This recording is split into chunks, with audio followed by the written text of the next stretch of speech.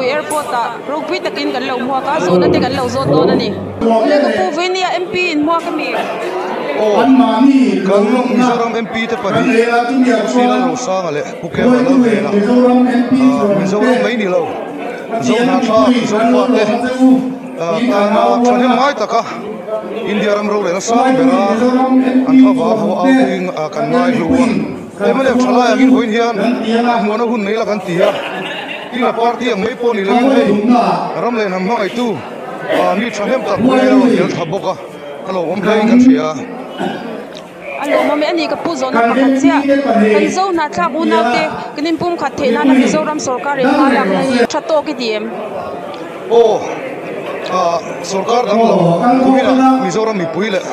ko be mun phong rama zo ko te po hian kan munin ka sia emle sarkar dang lambik na Manipur kan unau te din Myanmar le Bangladesh tengin puina hian an mu sauta zo fa ten hum sang ranga kan khosa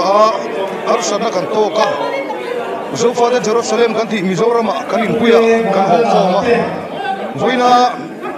Mizoram sarkar bikin kan chief minister puzoram thana halak na